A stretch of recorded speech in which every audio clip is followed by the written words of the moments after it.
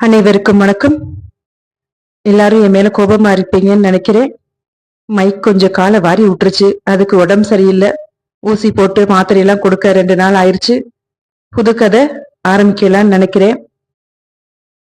மதிப்பிற்குரிய எழுத்தாளர், இலக்கிய சாம்ராட் திரு கோவி மணிசேகரன் அவர்கள் எழுதிய ராஜகர்ஜனை. இதுதான் நம்மளோட புதிய நாவல். வழக்கம் போல உங்களோட ஆதரவும் வரவேற்பும் இடையே இந்த நாவலை தொடங்கலாம். ராஜகர்ஜனை அத்தியாயம் 1. அளவற்ற அருளாளனும் நிகரற்ற அன்புடையோனுமாகிய அல்லாவின் திருநாமத்தால் எல்லா புகழும் அல்லாவுக்கே. படைப்புகள் யாவற்றையும் படைத்து கோஷித்து பரிபக்குவப்படுத்துகிறவன். அளவற்ற அருளாளன், நிகரற்ற அன்புடையோன், தீர்ப்பு நாளின் அதிபதி. இறைவா, உன்னையே நாங்கள் வணங்குகிறோம். உன்னிடமே உதவி தேடுகின்றோம். நீ எங்களை நேரான வழியில் நடத்துவாயாக. குடிமகனாக பிறந்து முடிமகனாக சிறந்து வெள்ளை கொம்பினியருக்கு இடிமகனாக தேசிய குடிமகனாக திகழ்ந்து வரும் தென்னகத்து மாவீரர் சுல்தான் மைசூர் புலி ஹைதர் அலி தமது இனிதான தொழுகையை முடித்துக்கொண்டு எழுந்து நின்று வானத்தை அண்ணாந்து கவனிக்கிறார். மேற்கு வானில் நெருப்பு சூரியன் அஸ்தமனத்தில்தான் நிஜமான உதயமே இருக்கிறது என்பது போல புனிதமான திருக்குரானின் இனிய ஒளிகளுக்கு பரிசுத்தமான சுருதி கூட்டி கொண்டிருக்கிறான்.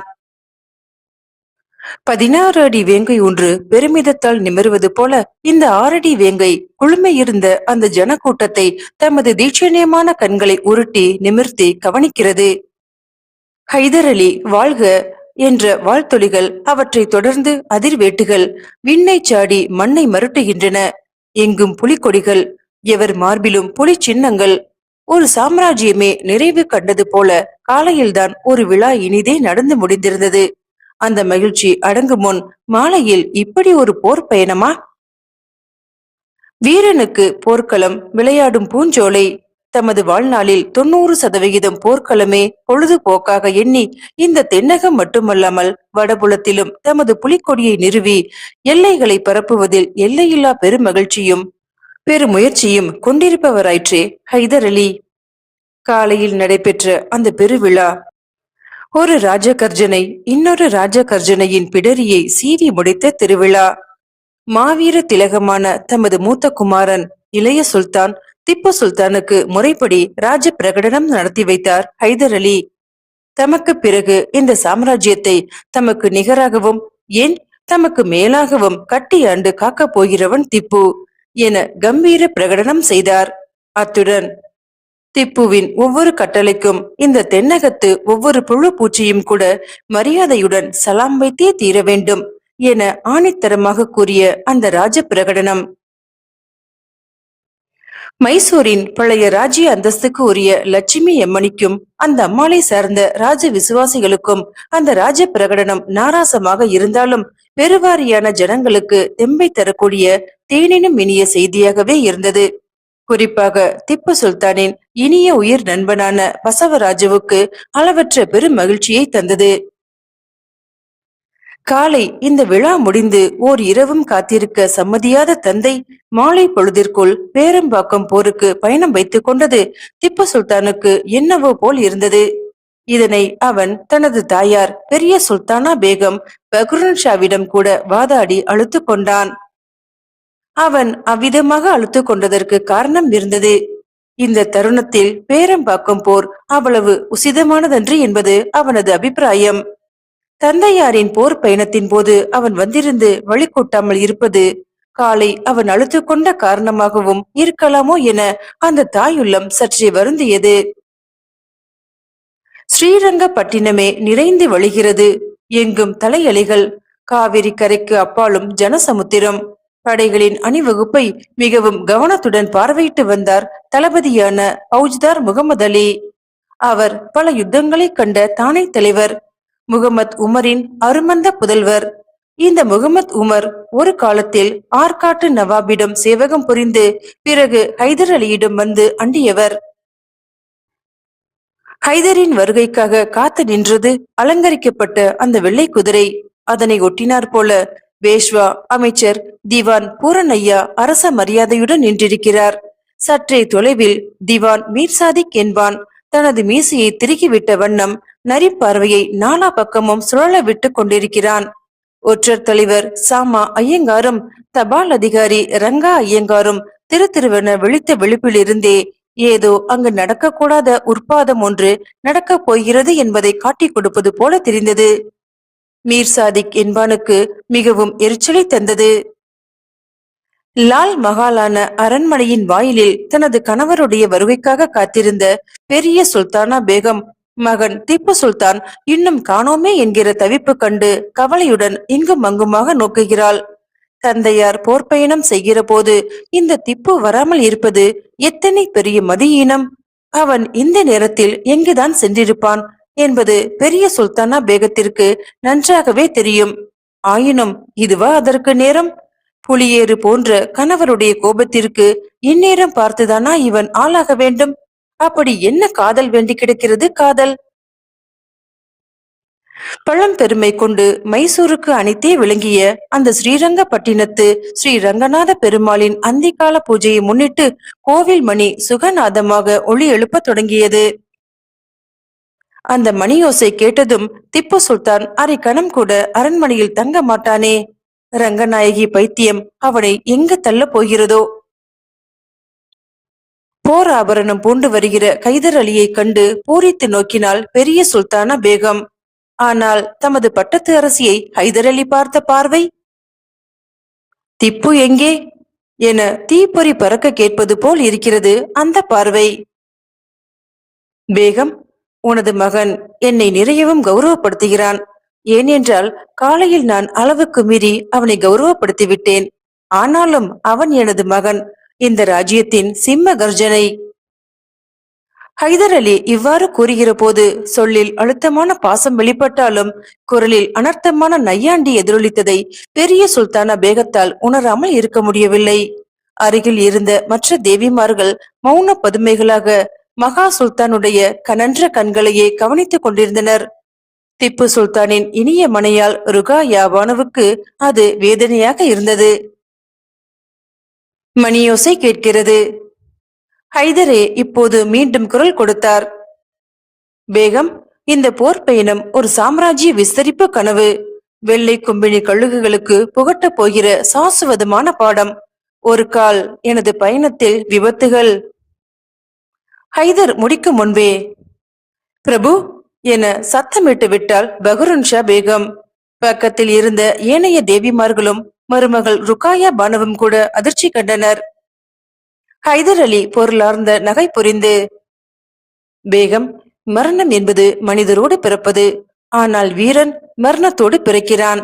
ஆகவே நீ மறந்தது என்னையல்ல, மரணத்தை என்பதை நான் சொல்லி உனக்கு தெரிய வேண்டியதில்லை. ஒன்றை மட்டும் மறவாமல் உன் மகன் திப்புவுக்கு சொல். இந்த சாம்ராஜ்யத்தை எந்த நிமிஷத்திலும் வெள்ளை கழுகுகள் கொத்த காத்து கொண்டிருக்கின்றன. ஆகவே திப்பு காதலிக்க வேண்டியது ரங்கநாயகி என்கிற ஐயங்கார் மகளை அல்ல, ராஜ்யம் என்கிற ஹைதரின் இரத்த துளிகளை. நல்லது, நேரமாகிறது. வழக்கம் போல உனது புன்முறுவலின் மூலம் விடை கொடுப்பாயாக என்றார். அவரது முகம் போர் பயண வீர மலர்ச்சி கண்டு வெற்றி வணக்க முறுவளித்தது. பெரிய சுல்தானா பேகம் பஹருன் ஷாவின் முகத்தில் புன்னகை அரும்பியது. தயாராக காத்து கொண்டிருந்த வெள்ளை குதிரையை நாடி நடந்தார் ஹைதர் அலி. அது ஒரு வேங்கையின் நிமிர்ந்த நடை போல இருந்தது. அனைவருமே தம் தம் தலைப்பாகைகளையும் காலணிகளையும் கலற்றி வைத்துவிட்டு அரச மரியாதை செய்கின்றனர். திவான் பூரணையா ஓர கண்களால் மீர் சாதிக் என்னும் திவானை நோக்குகிறார். மீர் சாதிக் என்பவனுடைய பார்வை கூட்டத்திற்குள் எங்கோ ஊடுருவி எதையோ பேசிக் கொண்டிருக்கிறது. அவனது உதடுகள் அல்பமாக சிரித்துக் கொள்கின்றன. நடக்கப் போகிற உற்பாதத்தின் கட்டியம் போல. வெள்ளை வெளியர் என்றிருந்த அரச குதிரையின் அருகே சென்ற ஹைதர் அலி அதனை மெல்ல செல்லமாக தட்டி கொடுக்க, அதுவும் அக்ரிணை நன்றி விசுவாசத்துடன் ஒரு முறை கனைத்து சிலிர்த்து தனது மகிழ்ச்சியை தெரிவிக்கிறது. உற்சாகம் மேலிட தமது வழக்கரத்தை உயர்த்துகிறார் ஹைதர் அலி. தொடர்ந்து வாள்களும் வேல்களும் ஈட்டிகளும் உயர்த்தப்பட்டு, ஹைதர் வாழ்க, அவரது வெற்றி வாழ்க என்ற வாழ்த்து ஒலிகள் எழுகின்றன. மீண்டும் அதிர்வேட்டுகள். அவற்றை தொடர்ந்து துப்பாக்கியின் சத்தம் வெடிக்கிறது. என்ன அசம்பாவிதம் இது? ஹைதர் அலி ஏறியமர்ந்த வெண்புறவியின் வயிற்றில் ஒரு குண்டு பாய்ந்து ரத்தம் சொட்டுகிறதே. குதிரை தனது துன்பம் தாங்காது சாய்கிறது. அதன் வெள்ளை உடலில் சிவந்த ரத்தம் பரவி அவல காட்சியாக விரிகிறது. குதிரை மீது ஏறிய ஹைதர் அலி தடுமாறி சாய்கிற போது கூட்டமே அதிர்ச்சியால் ஓலக்குரல் எழுப்ப, பக்கத்தில் இருந்த மெய்காப்பாளன் தாங்கி பிடிக்கிற போது படார் என இன்னொரு முறை துப்பாக்கி எங்கிருந்தோ தனித்து வெடிக்கிறது. பரிதாப குரலுடன் தலையை பிடித்துக் கொண்டு தரையில் சாய்ந்தான் அந்த மெய்காப்பாளன். ஆனாலும் ஹைதர் அலி கீழே விழுந்து விடாது சமாளித்து ஒதுங்கிக் கொண்டார். 2 குண்டுகளும் குறி தவறிவிட்டனவே என தன்னுள் அங்கலாய்த்து கொண்டான் திவான் மீர் சாதிக். ஆ, கோட்டை விட்டு விட்டானே அந்த குறி பார்த்த மடையன். ஸ்ரீரங்கநாதரின் ஆலயமணி இன்னும் ஒலித்துக் கொண்டே இருக்கிறது. இதற்குள் கூட்டத்தில் பெருத்த சலசலப்பும் கலவரமும் நிகழ்ந்து ஒரு சிலர் இங்கும் அங்குமாக சிதறி ஓடுகின்றனர். இந்த நேரத்தில் இப்படியாக சுட நினைத்த துரோகி யாராக இருக்க முடியும் என்பதை கண்டுபிடிக்க அவர்கள் பதற்றம் கண்டனர். இந்த கலவரத்தினூடே 4 திசைகளில் இருந்து 4 தங்கள் குதிரைகளை வேகமாக தட்டி விரைகின்றனர். ஒரு திசையிலிருந்து ஓ, திப்பு சுல்தான் என்ற கூக்குரல். இன்னொரு திசையிலிருந்து பசவராஜ் என்ற முனகல். மற்றொரு திசையிலிருந்து ராஜா கானா என்ற கேள்விக்குறி. அடுத்த திசையிலிருந்து சையத் கோஃபார் என்ற வியப்பு. இந்த 4 யாரோ ஒருவன்தான் மகா சுல்தான் ஹைதர் அலியை கொன்றுவிட்டு ஓடுகிறார்களோ என்ற பிரமிக்கத்தக்க ஐயத்தை கிளப்புகிறது. 4 திசைகளில் இருந்தும் புயல் வேகத்தில் பறந்த புறவிகளுக்கு முன்னால் ஒரு புறவி அம்பென பாய்ந்து விரைகிறது. அதன் மீது ஆரோகணித்திருந்தவன் ஒரு வெள்ளை கொம்பினியன் என்பது அந்த இருட்டி வருகிற நேரத்தில் தெள்ள தெளிவாக தெரிகிறது. அவன் தனது கையில் இருந்த குண்டு தேர்ந்த துப்பாக்கியை வீசி எறிந்துவிட்டு மேலும் தனது வேகத்தை கூட்டுகிறான். ஆனால் பின்தொடர்ந்து துரத்துகிறவர்கள் புயலானவர்கள் ஆயிற்றே. பசவராஜுவின் குதிரை மரண ஓட்டம் எடுத்து எதிரியை மடக்கி பிடிக்கிறது. வாள் வீரத்தில் தென்புலத்திலேயே தன்னிகரற்ற பசவராஜுவின் முன்னால் அந்த வெள்ளை கொம்பினி சிப்பாய் எம்மாத்திரம் துரும்பு. அது அகப்பட்டு கொண்டது. யுத்த புறப்பாட்டின் போது ஏற்பட்ட அசம்பாவிதம் குறித்து பெரிய சுல்தானா பேகம் கண்ணில் நீர் மல்க, பிரபு, புறப்படுகிற போதே ஏதோ அபசகுனம் போல உற்பாதங்கள் நிகழ்ந்து விட்டன. நாளை புறப்படலாமே என வெகுவாக வருந்தி கேட்டுக்கொண்டாள். ஆனால் ஹைதர் அலி பெருத்த சிரிப்பொலி எழுப்பினார். பேகம், என் ராணி, எனக்கு எதிரி எங்கிருந்தோ முளைக்க வேண்டும் என்பதில்லை. இங்கும் முளைக்கலாம். ஆகவே எனது இந்த யுத்த பயணத்தை நிறுத்துவதில் அர்த்தமே இல்லை. ஹைதர் இதுவரை முன்வைத்த காலை பின் வைத்ததில்லை. ஹைதர் அலியின் இந்த கம்பீர முழக்கத்தை கேட்டு பல செவிகள் உணர்ச்சி வயப்பட்டு வெற்றி குரல் எழுப்பின. அப்போது தொலைவில் இருந்த திவான் மீர் சாதிக்கை நோக்கிய ஹைதர் அலி, திவான், சுல்தானா பேகம் சகுனம் பார்ப்பதை பற்றி மகா புத்திசாலியான நீங்கள் என்ன நினைக்கிறீர்கள் என கேட்ட குரலின் வித்தியாசம்தான் சற்றே தொலைவில் இருந்த திவான் பூரன் ஐயாவையும் ஒரு கணம் திகைக்க வைக்க வைத்துவிட்டது. இதற்குள் பிடிப்பட்ட அந்த வெள்ளை கொம்பினியனை கட்டி இழுத்து வந்து எதிரே தள்ளினான் ஸ்ரீரங்கப்பட்டினத்து சிங்கமென புகழ்பெற்ற குமார சுல்தான் திப்பு. இன்னமும் கூட ஸ்ரீரங்கநாதர் கோவில் ஆலய மணியோசை முழங்கிக் கொண்டே இருக்கிறது. அது ஹைதர் அலியின் போர் பயணம் தொடங்குகிற வரை முழங்கிக் கொண்டே இருக்க வேண்டும் என்பது போல தெரிகிறது. ஒரு கால் கோவிலை சார்ந்த ஐயங்கார்களின் ஏற்பாடோ அல்லது ரங்கநாயகியின் வேண்டுதலோ? திப்பு சுல்தான் செவிகள் வியந்து கொண்டிருக்கின்றன. அது தன்னை காதல் குரல் விடுத்து அழைக்கும் அன்றாட மணியோசை ஆயிற்றே. மணியோசையில் செவிகளையும் மாற்றான் மீது கண்களையும் செலுத்திய ஹைதர் அலி தமது நிலைக்கு வந்த பின்னர் எதிரே வீரமெடுக்குடன் நின்ற திருக்குமாரனை கவனிக்கிறார். அடுத்து பக்கத்தில் கண்களை துடைத்துக் கொண்டிருந்த பெரிய சுல்தானா பேகம் பக்ருன் ஷாவையும் நோக்குகிறார். நான் எனது குமாரனை தவறாக எடை போட்டுவிட்டேன். இப்படி ஏதோ ஒரு உற்பாதம் நிகழவிருக்கிறது என்பதை முன்கூட்டியே கேள்விப்பட்டு தனது நண்பர்களுடன் நாலா திசைகளிலும் மறைந்து நின்று கண்காணித்திருக்கிறான் திப்பு. நான் தான் தப்பு கணக்கு போட்டுவிட்டேன் என சொல்லவில்லை, போடும்படியாக நினைக்க செய்கிறது இந்த மணியோசை.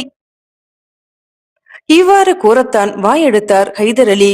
ஆனால் அது அவசியமில்லை என்பதை உணர்ந்து முறவளித்தார். அடுத்து மகனை நோக்கினார். திப்பு, இவனது துப்பாக்கி தனி ஒருவன் தூண்டுதலில் வெடித்ததா, இல்லை பேரம்பாக்கத்து வெள்ளை தளபதிகளின் சூழ்ச்சியா? என்ன சொல்கிறான் இந்த சிப்பாய்? ஹைதர் அலியின் கனத்த குரல் கேட்டு கதிகலங்கி போனான் அந்த சிப்பாய். அவனை ஒரு முறை ஏற இறங்க கவனித்த திப்பு சுல்தான், தந்தையே, இவன் ஒரு ஊமை. நாங்கள் எவ்வளவு துன்புறுத்தியும் பதிலையே காணோம். இன்னும் அவனிடமிருந்து உண்மை வரும் என எதிர்பார்க்க முடியாது. இது பேரம்பாக்கத்தில் யுத்த முகாமிட்டிருக்கும் கர்னல் பெர்லியின் சூழ்ச்சியாக இருக்க நியாயமில்லை. நமது அரண்மனையிலே இருக்கிற யாரோ ஒரு துரோகியின் சதி திட்டம் என்று எனது நண்பன் பசவராஜை நோக்கினான் திப்பு சுல்தான். அந்த நோக்கலில் நட்பின் பிணைப்பு தெரிந்தது. அவன் அவ்விதமாக பசவராஜை மட்டும் பாராட்டி கூறியது ஏனைய 3 அந்தரங்க செயலாளர்களுள் குறிப்பாக ராஜா கானுக்கு மட்டும் எரிச்சலை மூட்டியது. அவனுக்கு பசவராஜ் மீது எப்போதுமே ஒரு விதமான அர்த்தமற்ற வெறுப்பு. இளைய சுல்தானுடைய அன்பை அதிகமாக பெற்றுவிட்டவன் என்பது ஒரு காரணமானாலும் ஒரு இந்து நண்பனுக்கு இவ்விதமான முக்கியத்துவம் கொடுப்பதை அவன் வெறுத்தான். ஏன், மகா சுல்தான் ஹைதர் அலிக்கும் பசவராஜ் மீது இதே மாதிரியான எரிச்சலும் வெறுப்பும் இருந்ததால் ஓரக்கண்ணால் கூர்ந்து கவனித்து அப்போதைக்கு எது குறித்தும் அவர் தொட்டுக்கொள்ளாமல் அடுத்த வினாடியே திவான் மீர் சாதிக்கை நோக்கி, திவான், இந்த துப்பாக்கியால் சுட்ட சைத்தானை எனது போர் பயணத்தின் முதல் பலியாக கிழக்கு எல்லையில் தோலுரித்து தொங்க போடவும். இந்த காட்சியை கண்டு கொண்டே படை நடக்கட்டும். இந்த காரியத்தை நீங்களே உங்கள் கையால் நிறைவேற்றியாக வேண்டும் என கூறி இடி முழக்கம் போல பெருநகை புரிகிறார். சிரிப்பா அது? படையே நடுங்கும் அது ஒரு ராஜ கர்ஜனை என்பதை அனைவருமே அறிவர். அந்த வெள்ளை கொம்பினி சிப்பாய் பரிதாபமாக மீர் சாதிக்கை நோக்க, மீர் சாதிக்கும் தர்ம சங்கடமான நிலையை அடைந்து மகா சுல்தான் ஹைதர் அலியின் கட்டளையை நிறைவேற்றி ஆக வேண்டுமே என புறப்பட்டான். உண்மையிலும் இந்த உற்பாதம் நிகழ்வதற்கு மூல காரணம் என்ன என்பது குறித்து பெரிதாக ஆராய தலைப்பட்டார் திவான் பூரணையா. பசவராஜுக்கு மட்டும் இது திவான் மீர் சாதிக்கின் சூழ்ச்சி என்ற ஐயம் இருந்தது. திடீரென யாகின் கான் என ஓங்கி குரல் விடுத்த ஹைதர் அலி தொடர்ந்து, நீயும் என்னுடன் புறப்படுகிறாய் என கம்பீரமாக குரல் விடுத்து பக்கத்தில் தயாராக வந்து நின்ற இன்னொரு வெண்குதிரையின் மீது ஆரோகடித்து புறப்பட்டார். ஸ்ரீரங்கநாதர் கோவிலின் மணியோசை அந்த குரலுக்கு சுருதி கூட்டுவது போல ஒலித்துக் கொண்டிருக்கிறது. யுத்த வீரர்களின் கோஷம் வான்முகட்டை முட்டி எதிரொலிக்க செய்கிறது. முதல் பலியாக தோலுரித்து தொங்கவிட கொண்டு சென்ற சிப்பாய்க்கு அப்போதே மாரடைப்பு கண்டுவிடும் போல இருந்தது. எந்த திவான் மீர் சாதிக்கின் பேச்சை கேட்டு இந்த காரியத்தில் இறங்கினோமோ அந்த திவானே தோலுரிக்க கொண்டு செல்கிறானே என்கிற வேதனையுடன் அவன் மயக்கம் கண்டு நடந்து கொண்டிருந்தான். ஆனால் திவான் மீர் சாதிக், ஹைதர் அலி தன்னை அழைத்து ஏன் இந்த தண்டனையை நிறைவேற்ற செய்ய வேண்டும்? தனது இந்த ஏற்பாட்டினை இவர் முன்கூட்டியே அறிந்து வைத்திருக்கிறாரா? அறிய நியாயமில்லையே. ஒரு கால் தன் மீது இருக்கிற நம்பிக்கையின் காரணமாகவும் இவ்வாறு ஏவி இருக்கலாம் அல்லவா? எது எப்படி இருந்தாலும் தண்டனையை நிறைவேற்றியே ஆக வேண்டும் என்ற நினைவுடன் மனதை இறுக பற்றி கொண்டு செயலாற்றினான். அந்த பயங்கர கோர சம்பவத்தை கண்ணார கண்ட வண்ணம் போர் பயணம் எல்லையை கடந்து சென்றது. இருள் கவிந்து கொண்டிருக்கிறது. ஸ்ரீரங்கநாதர் கோவில் மணியோசை ஓய்ந்தது. வேடிக்கை பார்க்க வந்த மக்கள் கலைந்து சென்று கொண்டிருந்தனர். முடியாற்று காலத்து தண்டனைகள் ஓர் விதத்தில் நாகரிகத்தின் இழுந்துபட்ட செயல்களாலும் அவையே நாகரிகத்தின் அழுத்தமான மக்கள் வளர்ச்சியாகவும் இருக்கின்றன. இல்லை என்றால் மக்களின் போராட்டங்கள் அன்றாடம் இரத்தத்தில் எழுதப்படுகிற அனாவசிய சாசனங்களாக மலிந்திருக்கும் என்று விவரம் தெரிந்த ஒரு சிலர் விவாதித்துக் கொண்டே நடந்தனர். திவான் மீர் சாதிக் என்பவன் திப்பு சுல்தான் வரலாற்றில் அநீதியின் சாம்ராஜ்யாதிபதியாக விளங்குகிறவன். அவனது துஷ்பிரயோக பிரகடனங்களால் அரும்பாடுபட்டு ஹைதர் அலி வளர்த்து வரும் மைசூர் சாம்ராஜ்யம் அழிந்துபட்டு போகுமோ என மேல்தளத்து மக்கள் பயந்தனர்.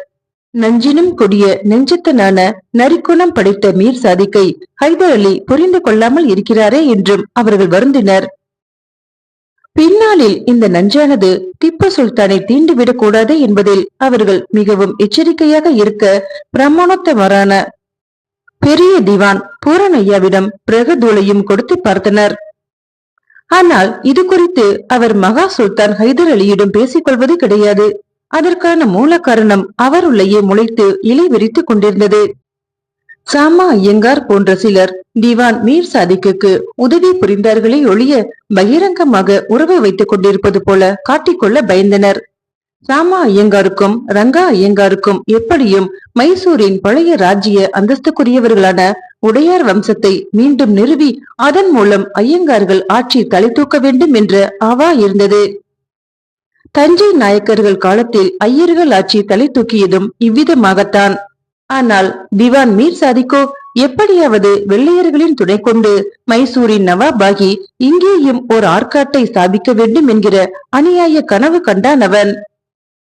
அந்த யாகின் கான் மட்டும் கொஞ்சம் துணை புரிவானே. ஆனால் ஆகா, இந்த திட்டம் எப்போதே நிறைவேறி இருக்கும். ஆண்டவன் எப்படியோ இந்த யாகின் கானுக்கும் ஹைதருடைய தோற்றத்தை அப்படியே உரித்து கொடுத்திருக்கிறான். அந்த பாவி இன்னும் ஹைதரையே நம்பி இருக்கிறானே என பல நாட்களாக வருந்த இருக்கிறான் திவான் மீர் சாதிக். இந்த திட்டங்களை எல்லாம் ஹைதரும் திப்புவும் எவ்வளவு தூரத்திற்கு புரிந்து வைத்திருக்கிறார்களோ. திப்பு சுல்தானின் உயிர் நண்பனான பசவராஜு மட்டும் நன்றாகவே புரிந்து வைத்திருந்தான். சிலவற்றை தனது நண்பன் திப்புவிற்கு எடுத்தும் கூறியிருந்தான். பலவற்றை அவன் தன் மனதில் பூட்டி வைத்து ரகசியமாகவே வேரோடு களைய சந்தர்ப்பத்தை எதிர்நோக்கி கொண்டிருந்தான். அனைவரும் லால் மகாலுக்கு சென்று பிறகு அவரவர் தம் தம் மாளிகைக்கு திரும்பிக் கொண்டிருந்தனர். லால் மகால் அலங்கார விளக்குகளால் ஜோதியாக காட்சி தந்தது. அரசியல் அதிகாரிகளுள் அதி முக்கியத்துவம் வாய்ந்தவர்கள் பெரும்பாலானோருக்கு ஸ்ரீரங்கப்பட்டினத்திலேயே மாளிகைகள் இருந்தன. திவான் மீர் சாதிக் மட்டுமே தொடக்க காலம் முதற்கொண்டே ஸ்ரீரங்கப்பட்டினத்திற்கு அப்பால் காவிரி கரைக்கு கால்காத தொலைவில் தனியாக மாளிகை கொண்டிருந்தான். அது ஏற்றுக்கொள்ளப்பட்ட ஒன்றாக போய்விட்டது. இந்த தனிமைதான் ஒரு கால் மீர் சாதிக்கை கெடுத்திருக்குமோ எனவும் பின்னாளில் திப்பு சுல்தான் எண்ணியதும் உண்டு.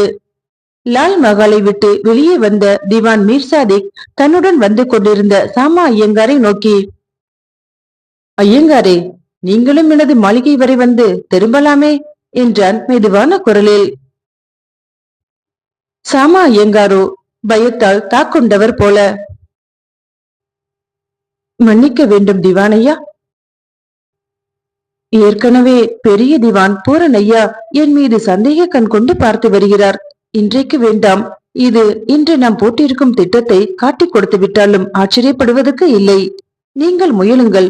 தொலைவில் இருந்தே எனது ஆதரவை தருவேன் என்ற அளவில் மட்டும் கூறிவிட்டு அவர் தமது பல்லக்கில் ஏறி புறப்பட்டு விட்டார். பெரிய திவான். மீர் சாதிக்கின் நெஞ்சு கசந்தது. தனது நாவால் உதடுகளை மீட்டிக் கொள்கிறான். லால் மகாலின் அலங்கார விளக்கு வெளிச்சம் வெகு தூரம் வரை பரவி இருந்ததால் மேலும் அங்கு நின்று செயல்பட விரும்பாத மீர் சாதிக் தன்னை சுற்றி நின்று கொண்டிருந்த சிலருக்கு மட்டுமே கண்களின் சமிக்கையால் ஏதோ சங்கீதமாக ஆணைகளை பிறப்பித்தான். பிறகு தொலைவிலே கை கட்டி மௌனமாக நின்றிருந்த சுபேதாரான குருவையாவை சமிக்கையின் மூலமாக அருகே அழைத்தான். சுபேதார் குருவையாவும் மிகுந்த பணிவுடன் அருகே வந்து விளக்கரத்தின் நடுவிரல் நுனியை மூக்கின் நுனி மேலே வைத்து தனது பவ்யத்தை காட்டி நின்றான். குருவையா, மீனவர்கள் வைத்திருக்கும் வலை எங்காவது கிடைக்குமா என ரகசியமாக கேட்டான் திவான் மீர் சாதிக். குருவையாவும் கிடைக்கும் என்பது போல தலையசைத்து வைத்தான். பேஷ் பேஷ். கொஞ்சம் பெரிதாகவும் வலுவான நூல்களால் பின்னப்பட்டதாகவும் வலையின் அடிப்பாகத்தில் முடிந்திருக்கும் இரும்பு குண்டுகள் கனமானதாகவும் பார்த்து ஒன்றை ஏற்பாடு செய்து எடுத்துக்கொண்டு உடனடியாக என் மாளிகைக்கு வா. இப்போது 6 குதிரைகளுக்கு தலைவனான சுபேதாராக இருக்கிறாய். எனது திட்டம் மட்டும் முடியட்டும், உன்னை கிள்ளைதாரராக்குகிறேன். சுபேதார் குருவையா திவானின் இந்த வாக்குறுதி கேட்டு மகிழ்ந்து போனான். மீர் சாதிக் மேலும் பல உத்தரவுகளை வழங்கினான். குருவையா, நமது ஜனாம்ரா படைகளில் இருந்து தேர்ந்தெடுக்கப்பட்ட கும்பினி வீரர்கள் 15 பேர்களை அழைத்து வா. அவர்கள் வாழ்வீச்சில் மிக வல்லவர்களாக இருக்க வேண்டும். புரிகிறதா? மீர் சாதிக்கின் இந்த அதட்டலுக்கு இப்போது பலமாகவே தலையசைத்து புறப்பட்டான் சுபேதார் குருவையா. தனக்காக தயாராக காத்திருந்த புறவியில் ஏறிக்கொண்டு புறப்பட்டான் திவான் மீர் சாதிக். அவனது வஞ்ச நெஞ்சில் பலத்த திட்டங்கள் பயணமாகி கொண்டிருந்தன. பின் குறிப்பு: மீர் சாதிக். இன்றைக்கும் மைசூரில் இருக்கும் ஸ்ரீரங்கப்பட்டினத்தில் இவனது சமாதி இருக்கிறது. அந்த சமாதியை காண்கிற மக்கள் முகம் சுளித்து செல்வது வழக்கம் என்கிறது வரலாறு. மீர் சாதிக்கின் திட்டம் வரலாற்று உண்மை. ஜனாமரா படைகள் கூலிப்படைக்கு ஒப்பானது. மீண்டும் நாளைய பதிவில் சந்திக்கிறேன். நன்றி.